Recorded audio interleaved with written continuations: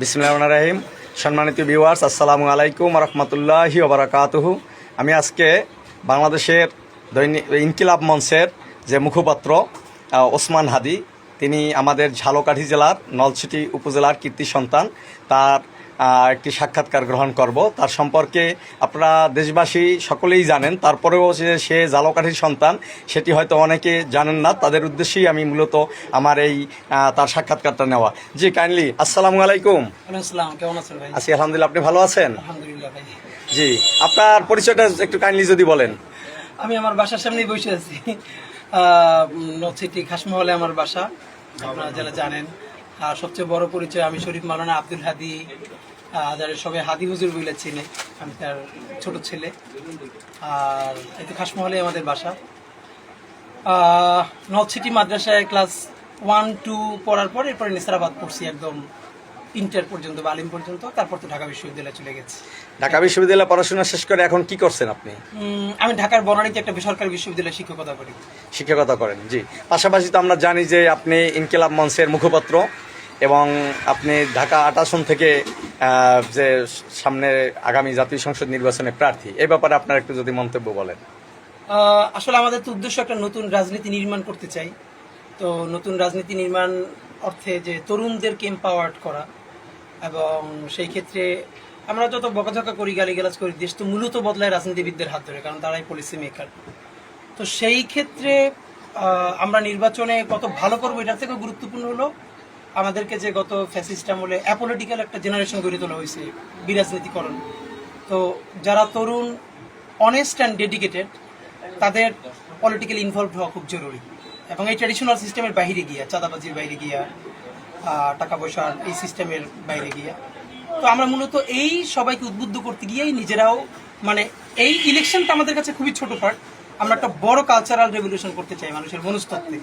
আর সেইটার একটা অংশ যে পয়সাপাতি ছাড়া একদম ক্রাউড ফান্ডিং এ মানুষের পয়সায় মানুষের জন্য ইলেকশন করা যায়, এরকম একটা মডেল আমরা দাঁড় করতে চাই। হয়তো আমরা মরে যাওয়ার পরে ওইটা স্পার্ক করতে পারে, কিন্তু ওইটাকে সামনে রেখে আমাদের ইলেকশনে পার্টিসিপেট করা। জি, আমি আপনাদের উদ্দেশ্যে একটু বলবো, আপনারা যারা ওসমান হাদিকে চেনেন, বাংলাদেশের আপামর সকল জনতা বর্তমানে ওসমান হাদিকে আপনারা জানেন যে একজন অন্যায়ের বিরুদ্ধে একজন আপোষহীন এক যুবক। সেই ওসমান হাদি, তার পিতা আমাদের ঝালকাঠি জেলার নলছিটি উপজেলার নলছিটি ইসলামিয়া ফাজিল, বর্তমানে কামিল মাদ্রাসা প্রস্তাবিত, সেই মাদ্রাসার উপাধ্যক্ষ হিসাবে অবসর হয়ে তিনি ইন্তেকাল করেছেন। তিনিও জেহাদি লোক ছিলেন। সেই যে মাওলানা আব্দুল হাদি, যে নলছিটি উপজেলাবাসী, ঝালকাঠি জেলাবাসী, সেই যে হাদি মাওলানা, তিনি একজন প্রতিবাদী যে হুজুর, আমাদের নলছিটির গর্ব ছিলেন। তারই সুযোগ্য সন্তান ওসমান হাদি। তার গ্রামের বাড়ি আমাদের নলছিটি উপজেলার 3 নং কুলকাঠি ইউনিয়নের হারিখালি গ্রামে। তার বর্তমান বা শহরে নলছিটি পৌর এলাকার খাসমহলে তার বাড়ি। তিনি আমাদের নলছিটি ইসলামিয়া ফাজিল মাদ্রাসায় পড়াশোনার পরে ঝালকাঠি নেসারাবাদ, সেখান থেকে পড়ার পরে ঢাকা ইউনিভার্সিটি কমপ্লিট করে তিনি বেসরকারি বিশ্ববিদ্যালয়ে আছেন। আপনারা আমাদের এই যে যুবক ভাই, যিনি অন্যায়ের বিরুদ্ধে দ্রোহ, বাংলাদেশের যে পরিবর্তনে তার অগ্রণী ভূমিকা আমরা সকলে দেশবাসী দেখেছি, তার জন্য সকলে দোয়া করবেন। তিনি কিন্তু আমাদের ঝালকাঠির একজন রত্ন। ধন্যবাদ সবাইকে। আমি পরিশেষে আরেকটু জিজ্ঞেস করি, আপনার ভবিষ্যৎ পরিকল্পনা যদি একটু বলেন আমাদেরকে।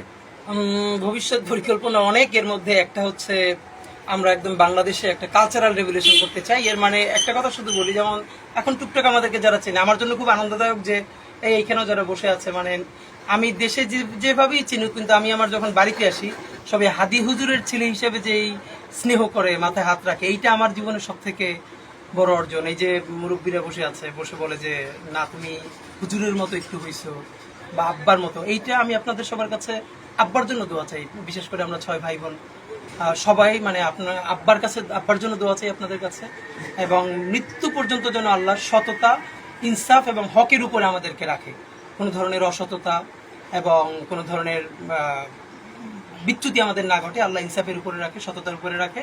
আর আমরা বাংলাদেশের সবাইকে নিয়ে একটা নতুন কালচারাল রেভলিউশন করতে চাই, যে যে যে দল করুক কিন্তু বাংলাদেশ কামস ফার্স্ট, তার মনস্তত্ত্বে বাংলাদেশের স্বার্থ থাকবে সবার আগে, এরকম একটা জেনারেশন আমরা গড়ার চেষ্টা করছি ইনশাআল্লাহ। ধন্যবাদ আপনাকে।